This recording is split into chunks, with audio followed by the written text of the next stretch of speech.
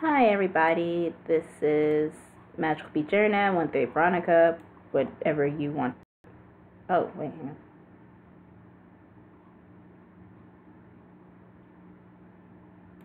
Hi everybody, this is 138 Veronica, Magical Beach Internet, whatever you want to call me. Although I am starting to become partial to Friday the 13th caricature artistry. Hint, hint, wink, wink. Anyway, today, due to the shocking revelations of Monday episode of Steven Universe, we are going to be drawing pink quartz, rose diamond, whatever you want to call her, except she is a spoiled brat. But we're going to be drawing her here in a nice little logo. And if you want, you can donate towards my Patreon, and I can set this up as a print that you can possibly buy. So, let's get started.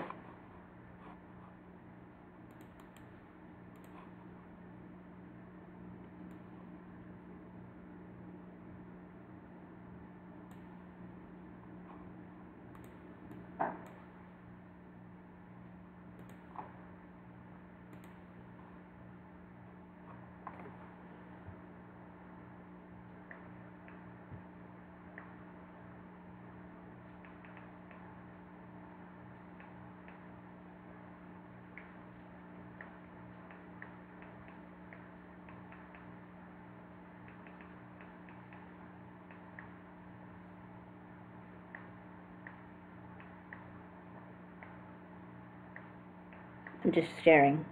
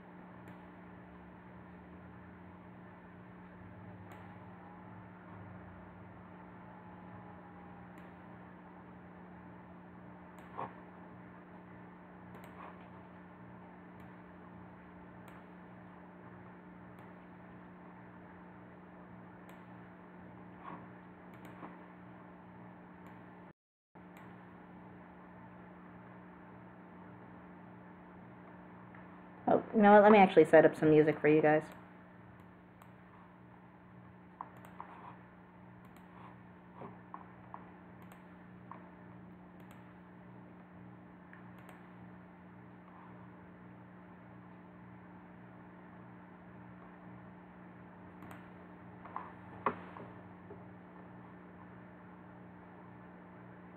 Looks like this is from Old School Lane, Casual Chats episode 102, The Golden Era. Nick's got a week of SpongeBob that's newer than new. Even newer than a new job. All quiet on the left side. Sorry, sir. Don't miss a brand new week of SpongeBob. Yay. All this week at 7 on Nickelodeon.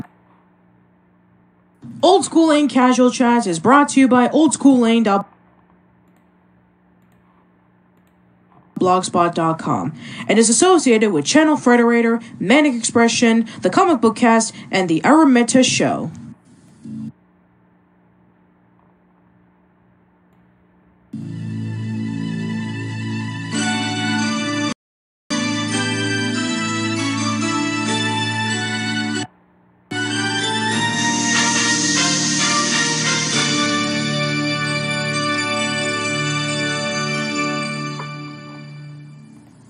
Hello everyone, welcome to a brand new episode of Casual Chats. I am Patricia and I am back with Chris aka Rowdy C. Welcome back, Chris. Well, great to be back here once again. So, last time we actually talked about the Disney Renaissance era. This time around, we're actually going to be talking about the Disney Golden Era. As mentioned before, for those who didn't tune into our last podcast, basically Disney fans have divided each and every single movie into 7 different eras. And the last time we talked about the Renaissance era, and this time around we're going to be discussing about the Golden Era, which is ranging from Snow White and the Seven Dwarfs, Pinocchio, Dumbo, Fantasia, and Bambi. So, Rowdy, what are your thoughts about the golden era of Disney movies? Well, I like to think that, for the most part, the golden era is probably where a lot of people were first introduced to Disney for the most part. I mean, I grew up really when Disney was really starting to branch out in things like movies and movies, especially with television. The Disney Channel, I think, just started up really in my early years. But I almost want to say one of my family was probably one of the first to actually subscribe to the Disney Channel when it was premium on cable television. And that's why I think a lot of us first got some introduction to some of those movies. Also, we were probably among the last generations to see those movies in theaters when they were frequently re-released to the cinema. A number of those were. In fact, I almost want to say just about every one of these Golden Age films I did get to see in theaters at least once in my early years. So I like to think, I think it is pretty much like maybe some other movies that have been released since that were much more on a much grander stage, maybe had better writing, more developed characters, but I would say those first 5 movies especially have come to basically be looked upon as pretty much I'm struggling to find the correct word to say here, but almost the representation of Walt Disney Pictures for the most part, which is really astounding when you remember that a number of those movies, they didn't do as well as some people might want to think in their original theatrical run. Yeah, definitely. I think that for the most part, for a lot of these movies, they were really expensive to make. But, sure, we had some movies like Snow White and the Seven Dwarfs that won the Academy. But then movies such as Pinocchio and Fantasia didn't do so well in the box office. And since then, they have pretty much been reevaluated and are looked upon as classics. There were a number of different factors. Of course, also have to remember that kind of maybe have negatively affected a number of those movies. One of the biggest factors is that everything of those 5 released after the original Snow White took place during World War II when Disney lost the European audience for the most part. That took a major hit to the company's revenue streams and probably did negatively affect the company's finances for quite a few years after the war finally ended. Yeah, I would say like around the 50s was when Disney really started to get back on track. I'm sure that maybe sometime in the future we'll discuss about the World War II era Disney movies where they were essentially trying to capture the essence of Fantasia while not exactly getting as strong of sales as Fantasia. If you guys read, they try to be like Fantasia by having a whole bunch of shorts or maybe just having like 2 shorts. But yeah, I would say like maybe when Cinderella came out, that was when Disney was back on the map. Yeah, absolutely. For the most part, Cinderella was the thing that got Disney back into the success rate, and we'll probably have time to talk about those films at a later date as well, as when it was in the 50s that Disney was able to move into another direction. Yeah, that's what I believe they call the Silver Era, or the Silver Age, not to be confused with the comic book age, but it kind of similar. That was like around from the 50s leading up to Walt Disney's death around the late 60s with the Jungle Book. Exactly. So, yeah, today we're going to be discussing about the Golden Era. So, the first movie we're going to be discussing about is Snow White and the Seven Dwarfs.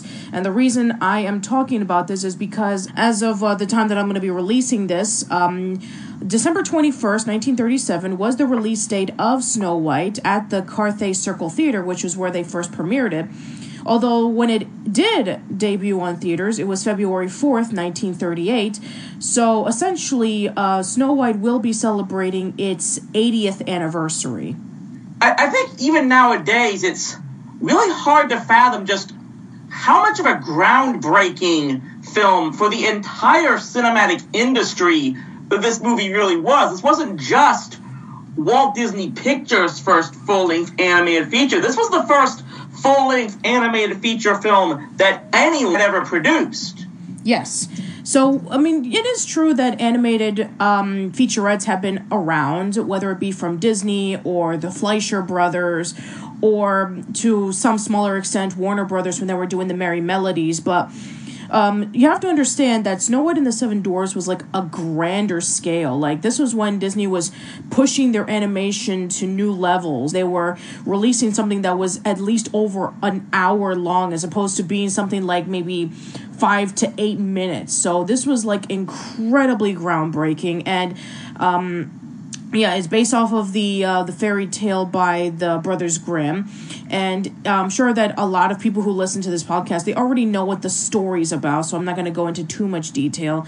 But what I want to talk about is that looking back on the original Snow White movie, I can recall about how amazing the art style is and how fluid the animation was. Yeah, it's really, even from the very beginning, this was probably the first example that shows you just how much, not just Walt himself, but really the Disney production company as a whole has always tried to be groundbreaking, especially in the technical aspects of animation. It pretty much started with this film as it is. I remember watching, I think it was back in the 50th, when it reached its 50th anniversary, I believe it was, in the mid-'80s. They had this television special that aired that was hosted by Dick Van Dyke, of all people, and they were talking about the production of making this movie and how they went so far as to a lot of scenes were shot using not smaller cells. They went with incredibly huge glass sheets, but painted with the animation painted on it to try to do a much more grander scale. In fact, I still believe that to this day, when I first saw Beauty and the Beast, which was their 30th animated feature, I looked at that opening shot of the forest zooming in on the Beast's castle, and I still to this day could swear that just for at least that one scene in some kind of tribute, they might have actually used that same type of glass paneling set for that, at least that one shot in the movie, because it looked so much like it could have been the same thing. Yeah, definitely. I can definitely see that, kind of like a tribute to what came out before. And also, you know, speaking of that opening sequence, if you see the deer near the brook, that's actually Bambi's mom in the background. They've always loved to have those type of Easter eggs in their films, especially in the later times. Of course, there's also a lot more groundbreaking things. I think to this day, this is still the only rendition, or if it wasn't the only one, it definitely was the first rendition of this story that actually gave the dwarves names. There had no other, not even the original story had specific names or personalities to those characters. So that's kind of more a groundbreaking thing of how Disney really wanted to put his own imprint on this story. Yes, absolutely. And I remember there was a book.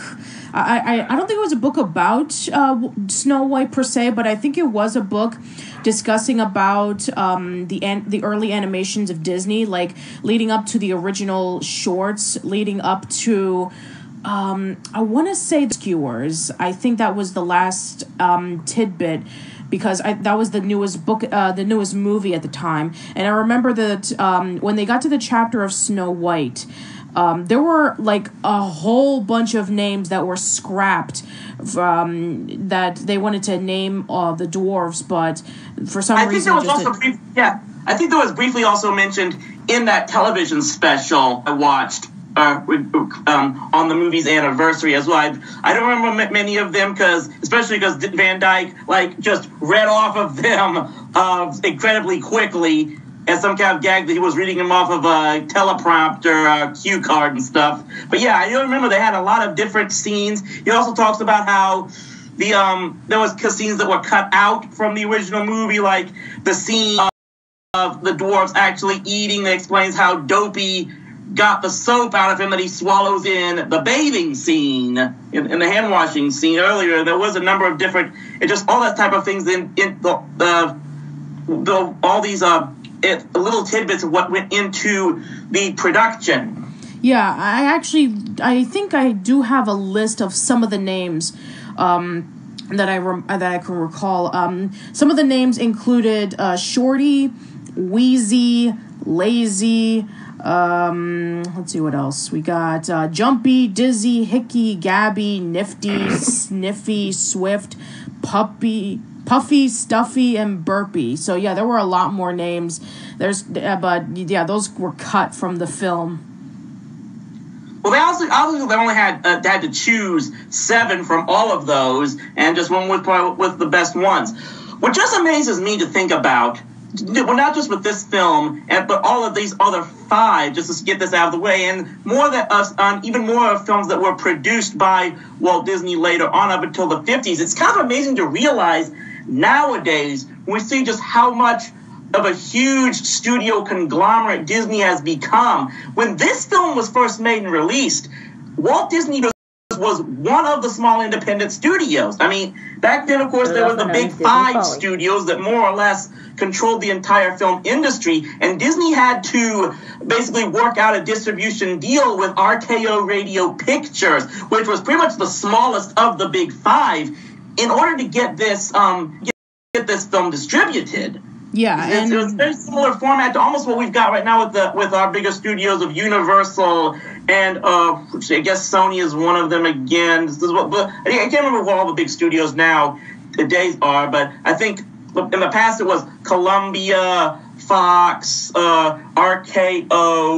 Warner. Well, they're the ones that escapes my mind right now, but they really did have to get extra help to get the films distributed. I think up until the 50s. I'm not either. I think either Lady and the Tramp or Sleeping Beauty was the first one that Walt Disney Pictures was able to distribute themselves. Yeah, exactly.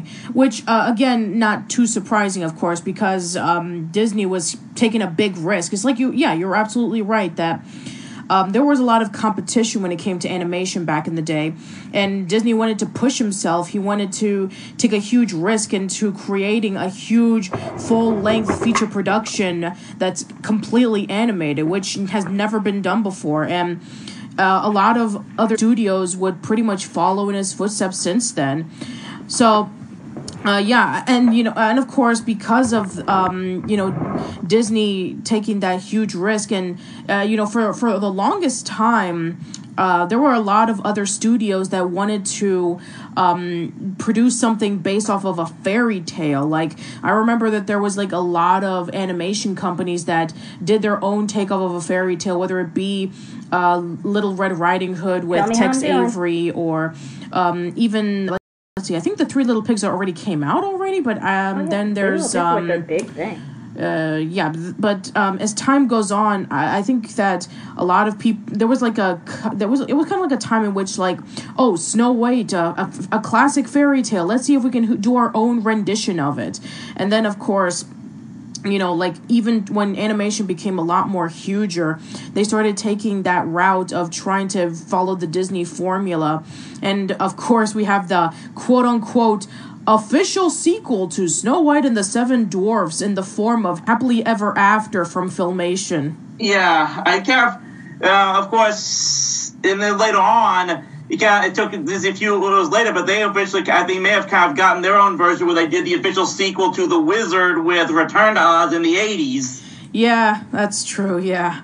But, and even still to this day, I mean, and then, of course, I think back in, like, 2011 or 2012, Disney officially did a TV series based off of the Seven Dwarfs, kind of like a prequel called The 7Ds. And I've only seen a handful of episodes. It's done by the same people who did stuff like Animaniacs and Tiny Toon Adventures. And from what I've seen of it, it's actually pretty fun. It's a lot of, I think it's a pretty decent show. Anyway, so, I don't think there's really much to say about this movie. I think that the legacy itself already still it still holds itself up. Sure, there's a lot of things that don't exactly hold up very well. Maybe like certain characters are not as developed as others, and maybe the story is not as complex, but the stuff that it does have is still really impressive. I do like the different tonal shifts that the movie has. Like, it can be something fun and whimsical, but at the same time, it can be really scary.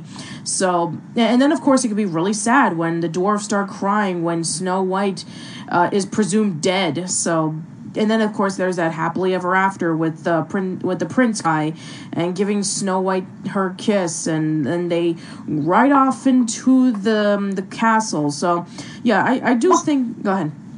Yeah, well, I do think that there are some areas with the storytelling that I think actually, especially when you think of it as time, are far more developed than I think a lot of people give it credit for. I mean, first off, you have the fact that they gave each of the dwarves their own individual personalities, perhaps highlighted most of all by Grumpy, who you could tell is this guy who has this really very crabby, shut-in facade personality, but he really hidden beneath it has some really there for not just Snow White but his other companions. It is pretty much the one guy who you could count on to take charge even in the most dangerous of situations. The other thing is that I think really doesn't give a lot of credit for is the fact that they at least, and this is something that happens in a few other films that hopefully we'll get into in later editions, but they at least established the fact that Snow White meets the prince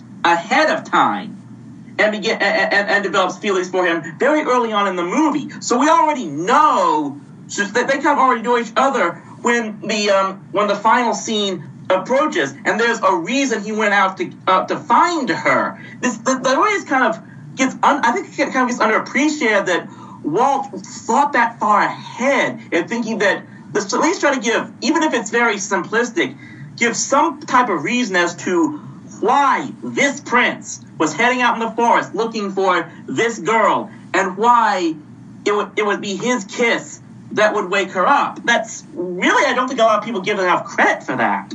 That's a very interesting observation. So yeah, I think that you're absolutely right. As opposed to like some Disney movies like Cinderella, in which she doesn't meet the prince until she goes over to the ball, but Snow White already knew the prince, and she already started to have feelings for him. And so that's why when she sang "Someday My Prince Will Come," they already had that connection, as opposed to like, maybe she already knew about the prince, but she's never met him before, and she hopes that he'll love her. But no, it already has a strong... And also another thing that's really interesting is that the prince didn't know that Snow White was a princess. She was dressed in rags, washing away the pathway to the castle. So he fell in love with somebody who was essentially who he thought was a servant girl. And so when they started singing towards one another, they already had that strong affection towards one another. It's really actually interesting to point out that there is that type of irony almost in all three of what I might call the original three Disney princesses. The other two I'm sure we'll talk about at a later time, because I definitely have some interesting thoughts on those other two. Mm-hmm.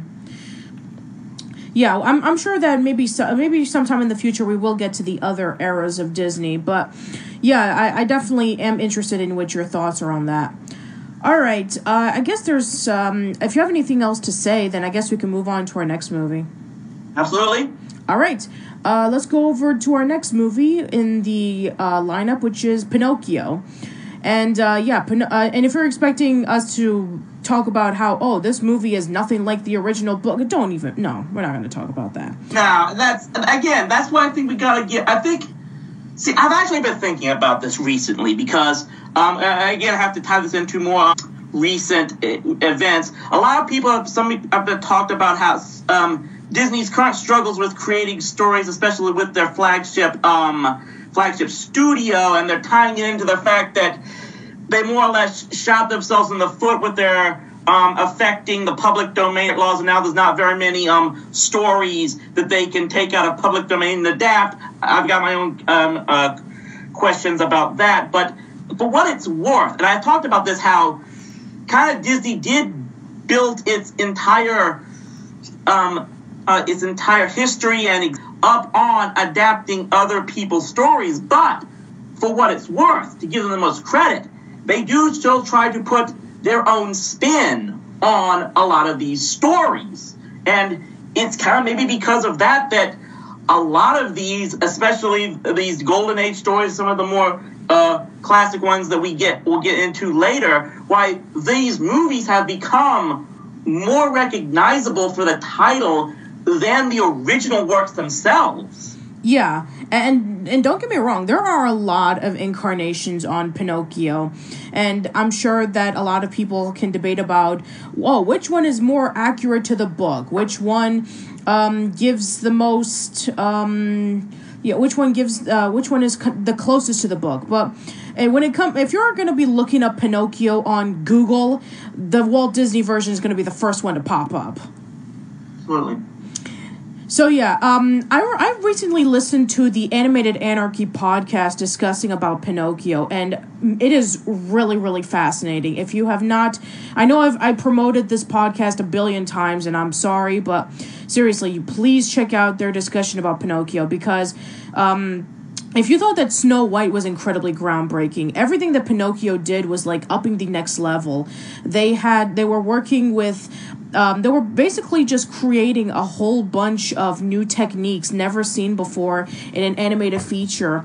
And a lot of there was a lot of neat effects that had never been done before with Pinocchio. A lot of detail in the background, and the way that Pinocchio and Jiminy would be going underwater, or just with the movement of the puppetry compared to the movement of a human or an animal. The climactic action scene with Pinocchio, Geppetto, and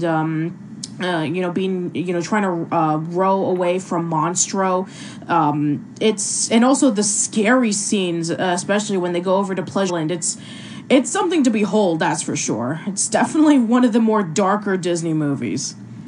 Yeah, that might be one of the reasons why that film wasn't as successful as Snow White was, though apparently it did have some fair success in the United States domestically, but apparently the overseas crowd, being affected by the war, wasn't quite in the mood for it, for the most part, from what I've been able to research. So this is basically one of those first films that really became more beloved over time, to the point where it's now just, I think it only recently finally got its first Blu-ray release. Yeah, exactly.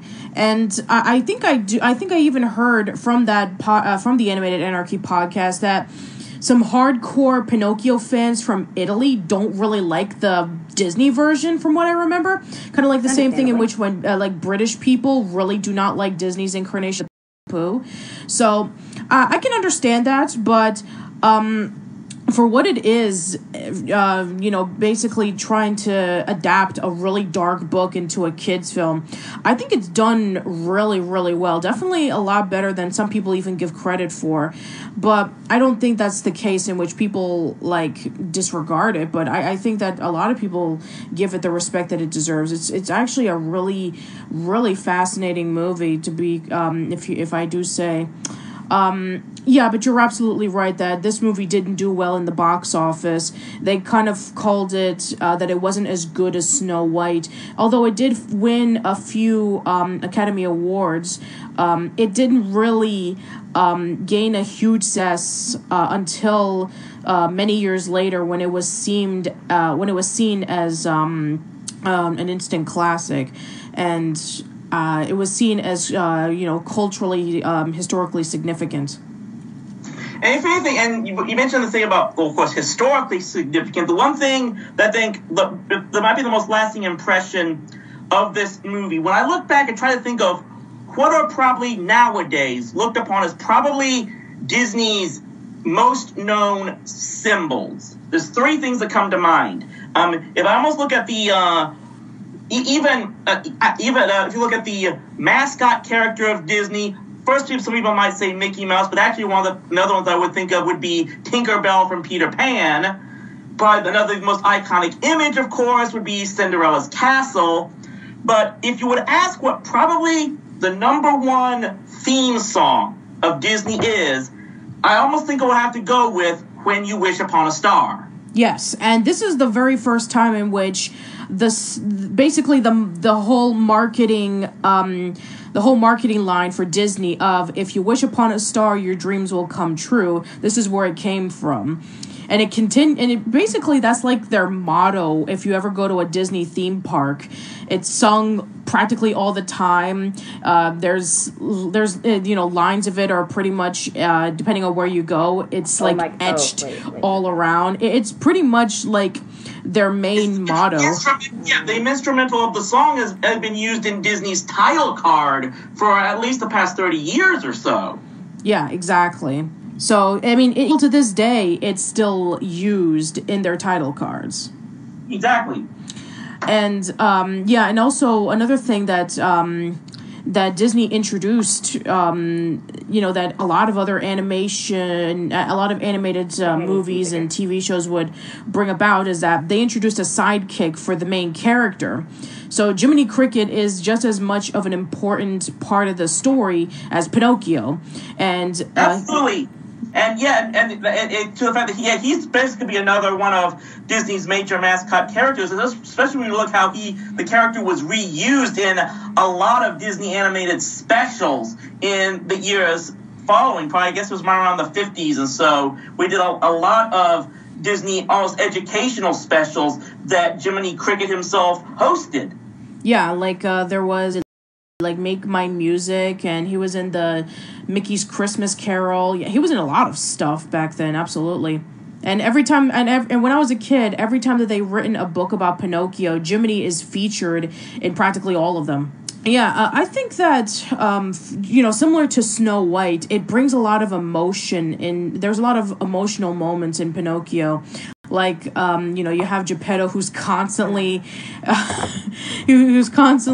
happy every time that, when he saw Pinocchio for the first time, he's extremely happy and he starts dancing around and he activates his clocks at night, probably 2:00 in the morning while everybody's sleeping. And then there's the scary moments with Stromboli or with the coachman in Pleasure Island. Or Monstro, and then there's the really sad moments with, Pinocchio being captured by Monstro or Pinocchio presumed dead by Monstro. But anyway, there's a lot of, I remember for some people, they were absolutely scared by this movie that they some of them didn't even want to watch it because it frightened them too much. But at the same time, they were fascinated by it. It's one thing that we definitely don't think about much. The Disney, Doug Walker, the nostalgia critic, did his list. It suggested that Disney had some of the saddest moments in animation history as well, but also some of them are frightening when you really think about it. That goes back to just how deep and in depth a lot of these animated features, especially even in the early days, they could really get for their time.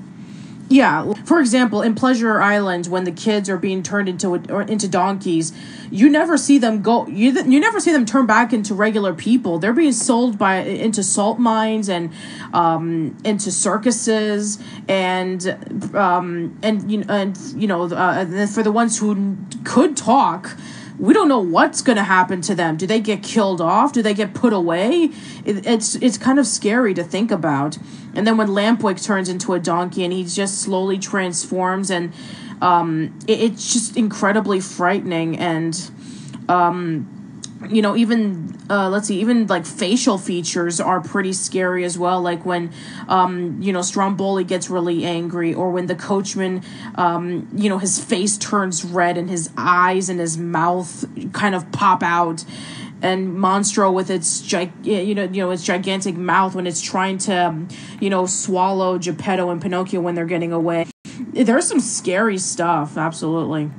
But at the same time, this movie, similar to Snow White, also has a really nice balance between whimsical moments and sad moments that it really just pulls into your heartstrings, and then it ends on a really happy note with Jiminy helping Pinocchio turn into a real boy and having his little gold medal from the Blue Fairy. And yeah, I think that with what Pinocchio did, it definitely risen up to the high expectations that a lot of people felt when watching Snow White for the first time. It's a shame that it didn't really become a huge financial success, but of course it makes a lot of sense because of the war, so I'm glad that it is getting the recognition that it deserves. Anyway, so if you don't have anything else to say, then I guess we can move on to our next movie. Very well. All right. So the next movie. Let's talk about Dumbo. And yeah. Okay, even though this was actually that was their fourth movie. Oh, the Fantasia. Bleh. Sorry. So let's talk about Fantasia, their third movie. And yeah, they really took a huge. I remember that. I remember seeing a documentary of Disney a few years ago, and they were discussing about how they originally were working on this Mickey Mouse cartoon about the Sorcerer's Apprentice, but then they made so many cartoons that they wanted to just put it all together in mixed with classical music, and that it was a huge, gigantic risk, but it didn't make a lot of money because, similar to Pinocchio, the movie it cost a lot to make, but it didn't make a lot because not a lot of countries could be able to see it. So it was considered. Yeah, one of the biggest problems was because the soundtrack was so very important to this film.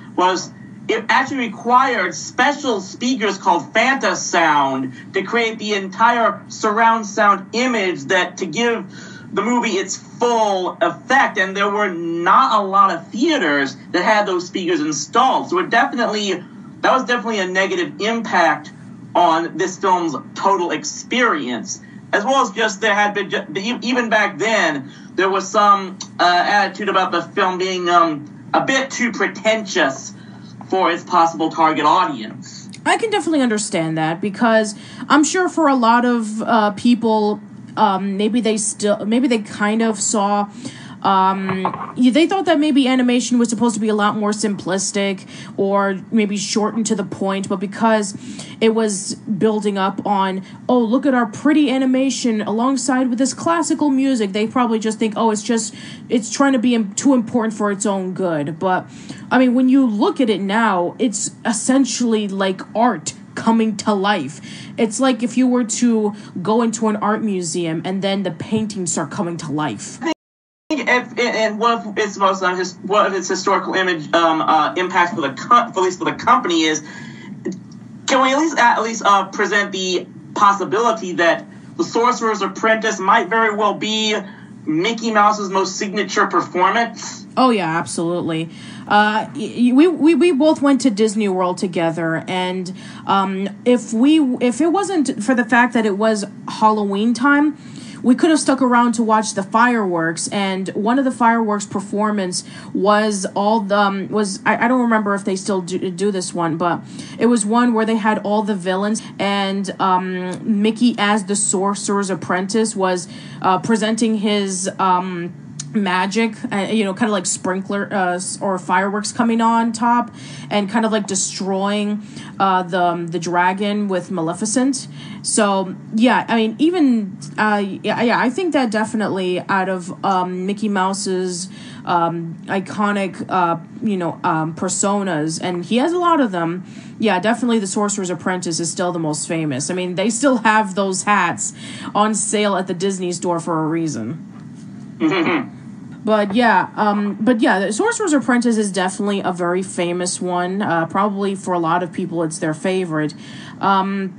There's a lot of other iconic ones. There's obviously the Nutcracker with the Sugar Plum Fairy dance. There's the Rite of Spring where you have the dinosaurs. Apparently, Don Bluth was heavily inspired by that one, and eventually he would go on to do Land Before Time, and he wanted to bring up that same emotion that Rite of Spring did. And then, of course, you have... let's see, the Night on Bald Mountain is probably what many people consider to be the best one. Well, at least I know others might consider maybe the scariest. Oh yeah, definitely. I'll tell you this right now because I actually got to see a re-release. It was the movie was re-released in theaters, I think, back in 1990 for its 50th anniversary. I'm actually kind of thankful of that was like the final number of the entire movie, because I pretty much left the theater in the middle during performance because I couldn't take it. I was 11 years old. Don't judge me. I'm not. But yeah, it was. I actually first saw that scene in that Disney Halloween TV special, which is where it kind of first scarred me. So when I heard that scene was coming up next for the finale, yeah, I kind of went to the restroom. Yeah. I can definitely understand why a lot of people would be scared of it. It's essentially the devil and his minions just dancing around and causing a lot of mayhem, raising the dead from their graves, and it's pretty frightening. But it does end on a really nice note with the song Ave Maria being played into the background and Chernobog not able to withstand it. So it definitely gives a nice undertone of religion without shoving it into your face. So that's what it's supposed to represent. But yeah, it was a nice way to end it, especially with, I would say that Fantasia is definitely all over the place when it comes to its tonal shifts. I mean, probably not as much as Snow White or Pinocchio, but definitely the likes of Rite of Spring and Night on Bald Mountain are definitely the most, they're definitely the most emotional. Everything else, I would say, is definitely either for the art or it's very light and whimsical. I want to go a little bit to an unorthodox step in direction. I know that this is technically not in part of the lineup, but I want to know about what your thoughts are for Fantasia 2000. To be honest, I've never actually seen that movie. It's one of the very few Disney animated films I have yet to see. Obviously, there was a reason it got made, because Fantasia was the only film that Walt himself wanted to make a direct sequel to. He shelved that plans when the first one was not a box office success in its original run. So I do get that Roy E. Disney's decision to go through with that project of Fantasia 2000, a tribute to his late uncle. So for that reason, I can understand why they would go through with a project like that. I know that it did not succeed. It's almost like its predecessor. It didn't succeed like they hoped it to. I can't really judge it myself because I haven't seen it. But at the very least, I do understand why they would undertake that project. Yeah. And I also did hear a few years ago that they wanted to do a third Fantasia. I think it was going to be called Fantasia 2003 or 2004 or something, but it never got off the ground. Once again, another one of many, many Disney movies that have been shelved for some reason or another. I'm sure for some people, they already know about the most recent canceled movie, which was going to be a version of Jack and the Beanstalk. So yeah, Gigantic. Yeah, Gigantic. That's what it is. Yeah, I'm sure we can do an entire podcast all about canceled Disney movies, but that's for another time. But yeah, I have seen Fantasia 2000. I don't remember if that was the first Fantasia that I saw, because I did remember seeing the original when I was a kid, but that was kind of like it was kind of like in the background. But I was a familiar with its existence. So when I heard about Fantasia 2000, I was like, oh, this should be interesting. And I did watch it a lot. And then eventually I did get a hold of Fantasia on DVD, and I watched both of them. I definitely appreciated the original a lot more because of all the risks they took and the fact that it was the first one, and it was made in 1940, and all the and all the amazing techniques that they did with animation back in its day, and the choice of songs. I do like both of them, but yeah, I do agree that the original is hands down the best. I don't think it deserves the hate that Fantasia 2000 gets, because I know a lot of people say that it's not as it's not as grand a scale compared to the original. I think that some people don't like the intermissions with a lot of these celebrities that were featured, because it doesn't give a sense of class that the original presented with Stokowski introducing what the next song is going to be. I can definitely understand that, but yeah, maybe someday I'll definitely have to rewatch both of them, and maybe I can get a better understanding on what both of their strengths and weaknesses are. But yeah, I do agree what a lot of the critics and fans say. The original Fantasia is the superior version. All right, I guess if we don't have too much to say about that one, I give over to the next one. Now we can talk about. I'm sorry. Go ahead. No, we're just ready to move on. Okay, now we can talk about Dumbo, which is the fourth one. And I remember when I first saw Dumbo, I think I saw it on VHS. I mean, I didn't really think too much of it at first. I just thought it was like a really cute story with an elephant in the circus, and all the adventures that he had with trying to fit in, because he was pretty much ostracized with his gigantic ears. And but then I think I rewatched it again, and I rewatched it again a few years ago, and it's not one of my favorite Disney. I can see why some people would like it, because I do think that the story of a character who's pretty much ignored by everyone because he has gigantic ears, and he's trying to make the best out of a bad situation, and then he has his mother as his only friend. But then when she gets locked away because they thought that she was incredibly mad, they called her a mad elephant. Then he has his companion, Timothy Q. Mouse, or I guess this is basically the equivalent of Jiminy Cricket if he was a mouse, trying to help out his companion in time of need, in this case, helping Dumbo out. And basically, then, throughout the movie, he's trying to find out what he can do to, do well in the circus. And then, it's shown, like, towards the end of the movie that Dumbo could fly. So, yeah, spoilers. But, yeah, other than that, I think this is one movie where I really, I think its message is really underappreciated, especially for its time, because now I'm not going to try to delve too much into this. I've spoken on a number of my other videos about my dislike for a lot of people's critique of Walt Disney himself's supposed prejudices. Let's leave it at that.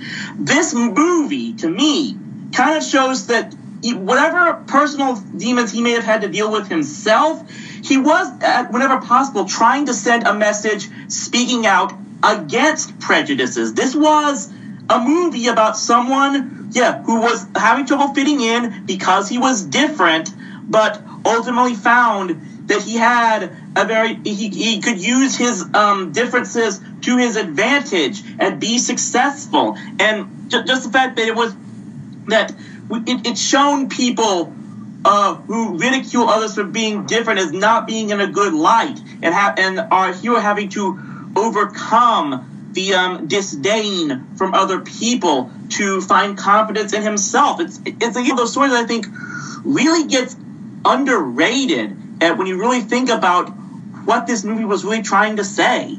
Yeah, definitely. I think that the fact that Dumbo doesn't really say anything, he lets his emotions do all the talk, I think is also a really strong note, because you see when he feels sad, when everybody's making fun of him for his ears, or when he becomes clumsy, when he tries to pull off a trick or a stunt during a circus performance and he's not doing very well.